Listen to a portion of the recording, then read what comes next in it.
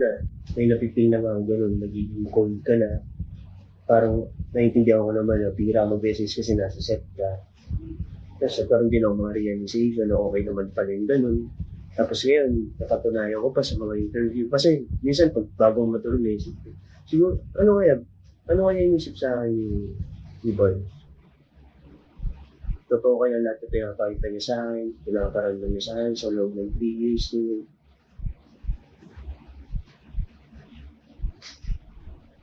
Tapos ngayon, napatunayan ko sa interview, may mga ganyan.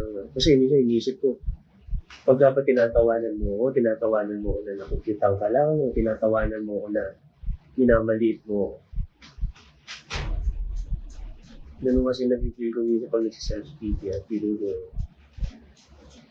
naiintindihan ko naman yun. Hindi, sabihin mo. So, ang gusto mo, pull off o break up?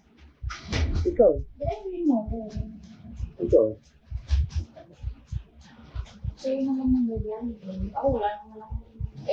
Wala naman akong issue sa'yo. So, itong gagaan ko, ano sa pull off o break up? Ang pull off kasi, tayo pa din. Hindi lang tayo mag-uusap. Ang break up, wala na tayo. O, anong gusto mo? ikaw, ano ba sa tingin mo?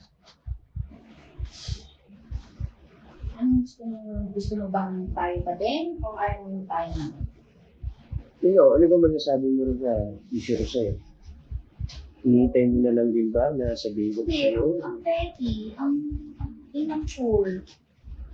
Hindi naman dating ganyan. Dati naiintindihan mo kung nagtatrabaho ako.